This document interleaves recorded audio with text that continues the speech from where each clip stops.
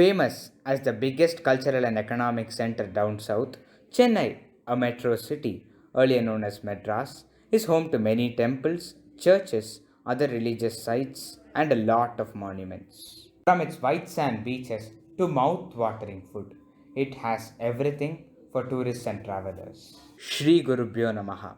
On this special occasion of Madras Day, we, the members of the Heritage Club, feel proud to spread the prowess of Chennai. Chennai is known to be the sixth most populous city and the fourth most populous urban agglomeration in India.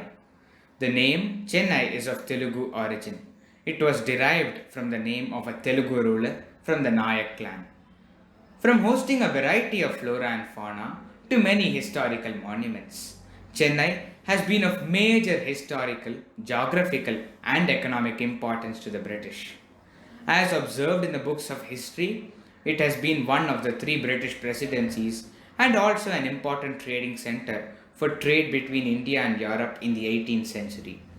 So, as the future of our city, let us learn about its significance and feel proud. Now, celebrating this wonderful day on which Chennai turns 382, let us present to you a few famous monuments of Chennai. Shri Gurubhyo Namaha. Chennai's heritage is of great significance. It has a rich culture in the past. It is a place of temples.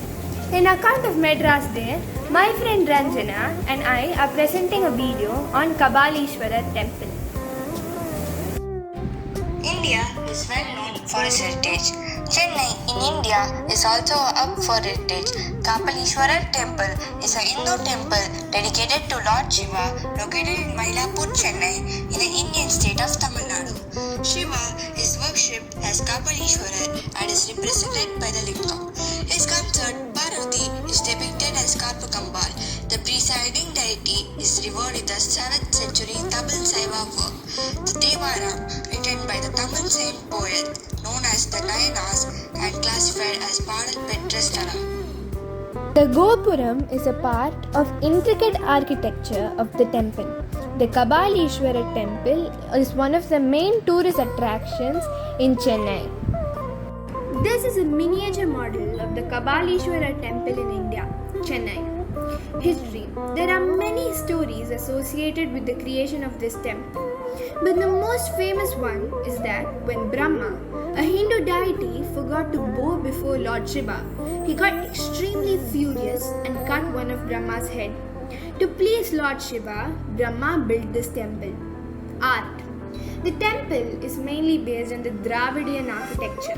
The vahanas of that god include parrot, goat, bull, etc. A peacock or a peahen is also locked in a cage of the temple, which symbolizes that Karpagambal is there to please Kabalishwarar, to not be too furious with Brahma. There are inscriptions dating back to the 12th century inside the temple.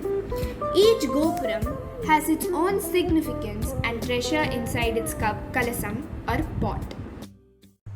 Shri Gurubhyo Namaha. I'm Shweta D of 8D. And I'm Ria of 8F, and we are going to talk about the Ripon building in regards to the Madras Day. It is also known as Westminster Chiming Clock. This has been the main attraction of the building ever since it was built. It has a mechanical key system that is checked every day. Apart from that, 4 bells also form a part of the building. Structured as 3-story, the flooring of the ground floor was initially done by Kadapa slate and later replaced by marble. History of Ripon Building. Commissioned in the year 1909, Ripon Building was designed by G.T. Harris. The foundation stone was laid by Lord Montino, Viceroy of India on December 11, 1909. It was built by Logatana Mudaliar and it took 4 years to build at the cost of 7,50,000, including the sum of 5,50,000 paid to the Mudaliar. Ripon Building was named after Lord Ripon, the father of local self-government, the municipal corporation of Madras, after functioning for several other places including Edulula, Chitti. The building details. The building is rectangular, 85 meters long and 32 meters wide, with a 43 meters high central tower containing a clock 2.5 meter in diameter. The first of its 3 floors is approximately 2,800 meters square of space.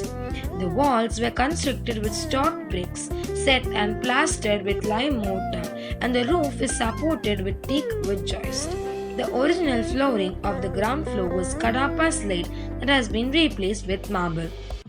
Important information about Ripon Building is the Ripon Building is the seat and headquarters of Chennai Corporation.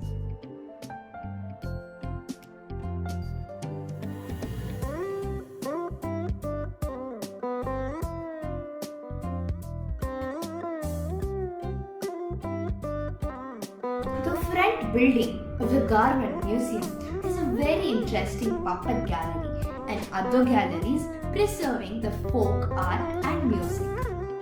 National Art Gallery. This gallery contains several Mughal paintings and rare works of Raja Ravi Verma. It also has various Tanjore paintings. Portraits of various British officers such as Lord Connemara and Lord William Bentinck are also present. The art gallery also included numerous miniature paintings depicting court and battle scenes. The Contemporary Art Gallery has all kinds of arts from rock and cave to the British and modern art. One can see how the art has evolved over ages. The Contemporary Art Gallery has a track lighting feature with destroyed halogen lamps. In order to prevent ultraviolet rays falling on paintings both from natural and artificial light, a new track lighting system with destroyed halogen lamps has been installed in the Contemporary Art Gallery. The special destroy coating, which transmits 2 by 3 of the total infrared radiation generated to the black of the glass reflector, reflects the visible radiation forward. The Bronze Gallery. The Bronze Gallery has a marvelous collection of South Indian bronze sculptures starting from Pallava and Chola era, that is, the 7th and 11th century to the most modern times. These classic bronze sculptures are mostly made of Panchaloha, an alloy of 5 key metals including gold, silver, and copper. The Bronze Gallery sculpture collection includes the Hindu Saivite and Vaishnavite sculptures, Jain sculptures, and Buddhist sculptures. Madras High Court. The Madras High Court is the second oldest High Court of India after Calcutta High Court in Kolkata. The court is one of the 3 high courts in India established in the 3 presidency towns of Madras, Bombay, and Calcutta by letters patent granted by Queen Victoria, bearing date 26 June 1862. The court was established on 15th August 1862, which is 158 years ago. Covering 107 acres of land, the court complex is one of the largest in the world, next only to the Supreme Court of the United Kingdom in London. From 1817 to 1862, the Supreme Court of Madras was situated in a building opposite to the Chennai Beach Railway Station. From 1862 to 1892, the High Court was also housed in that building. The present buildings were officially inaugurated on 12th July 1892. The construction of the High Court building is an exquisite example of Indo-Saracenic style of architecture. It began in October 1888 and was completed in 1892 with the design prepared by J.W. Brassington, the then architect of the government.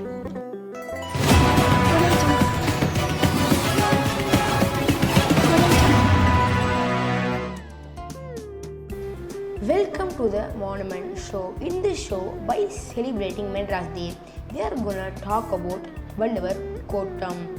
Let's start the show. Sir, can you please talk about the brief and the beauty of Vallava Kottam? Yes, the temple was built in the shape of a chariot.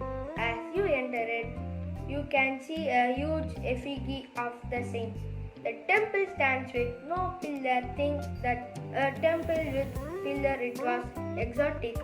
On the giant columns of the auditorium, facade, and in the hall corridors, one can find 1330 verses of Tirkural. There is also a lion on the main gateway that features a beautiful design. Good speech by Navneet S. Let's take a break. After that, new guest and new reporter will be on the show. It was a good break, but now we are gonna have a little talk about the birth of monument show by Vishwa K. Minister of Tamil Nadu, Mr. Karunanidhi, has been built the monument in 1975 to 1976. It stands on the place of a lake which was then used as a dumping ground for the garbage of the entire city. Valluvar Kotam was built in the year 1976 to honor the great classical Tamil poet and saint Thiruvalluvar, who wrote the famous Thirukkural. 3,000 stones were used to create this memorial. All the 133 chapters of his work, Thirukkural, have been inscribed in the front hall corridor.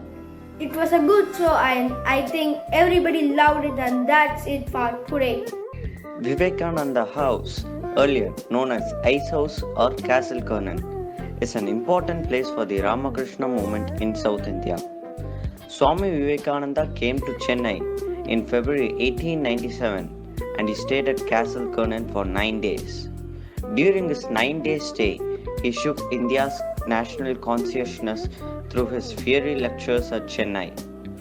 Later, Ramakrishna Math Monastery, Chennai, was founded by Swami Ramakrishnananda, a brother disciple of Swami Vivekananda.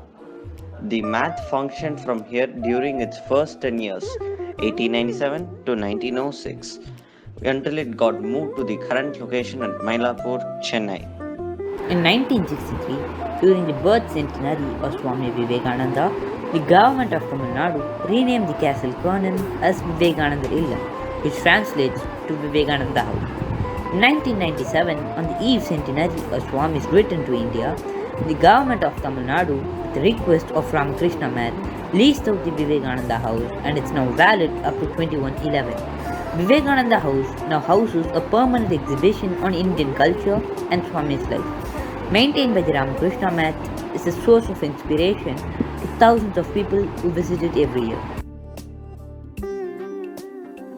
Purachi Talaivar Dr. M.G. Ramachandran Central Railway Station, commonly known as the Chennai Central, is the main railway terminus in the city of Chennai, Tamil Nadu, India.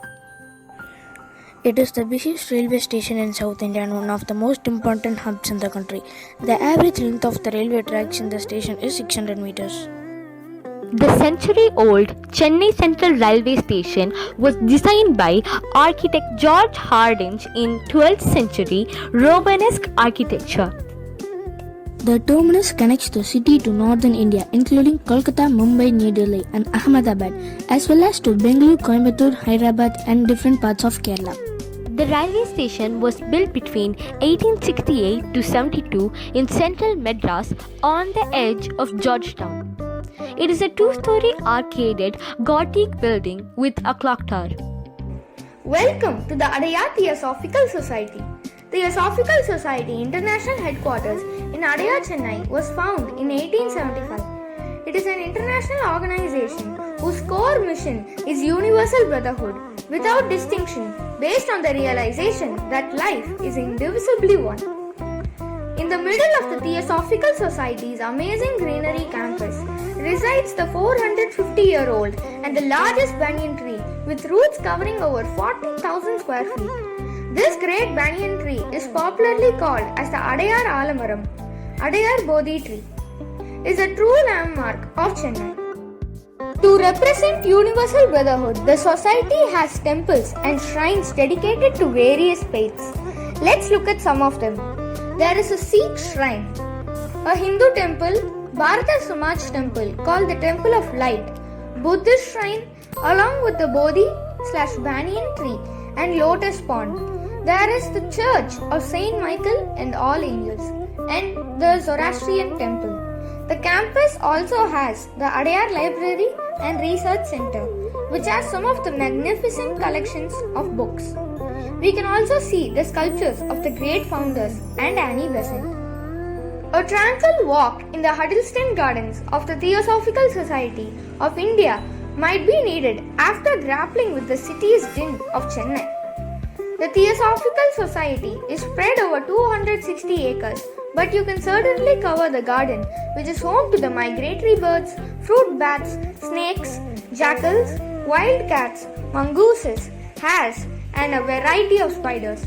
The hours open are Monday to Saturday 8:45 to 10 a.m., 2 p.m. to 4 p.m. and Sundays are closed. The Theosophical Society is very calm and is a serene place in Chennai. It is one of the true landmark and identity of Chennai. When it comes to heritage walks on Madras, the Theosophical Society tops the list. Happy Madras Day! Thank you.